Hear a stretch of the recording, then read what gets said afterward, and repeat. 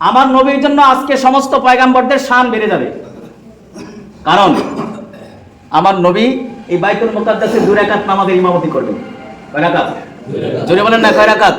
তো ইমামের দাম বেশি নাকি মুক্তাদির দাম বেশি? আপনারা সবাই বলতে হবে এই কথাটা। কার দাম বেশি? মুক্তাদির দাম? কার দাম? ইমামের দাম। আজকে সবাই দামে হবে আমার নবীর কারণে। জিবরাইল আযান দিলেন, আমার নবী 2 রাকাত নামাজ পড়ে, কথা একটু বাড়ি করে লইতেছি, নামাজ পড়ালেন। নামাজ পড়ার পরে এবার আরেকটা কাহিনী আছে। জিবরাইল আমিন এক পেয়ালার মধ্যে মদ, আরেক পেয়ালার মধ্যে দুধ আমার নবীর সামনে নিয়ে আসলেন। আমার নবীকে 2 হাতে 2টা রেখে বললেন, ইয়া রাসূলুল্লাহ, ইট ইজ ইউর উইশ, আপনি যেটা ইচ্ছে এটা পান করতে পারেন। আমার নবী জিবরাইলের ডান হাত থেকে দুধের পাত্রটা গ্রহণ করলেন। জিবরাইল মুস্কি হাসি দিয়ে কয়, ইয়া রাসূলুল্লাহ, আপনার তবিয়তের পরীক্ষায় আপনি 100 মার্ক পেয়েছেন।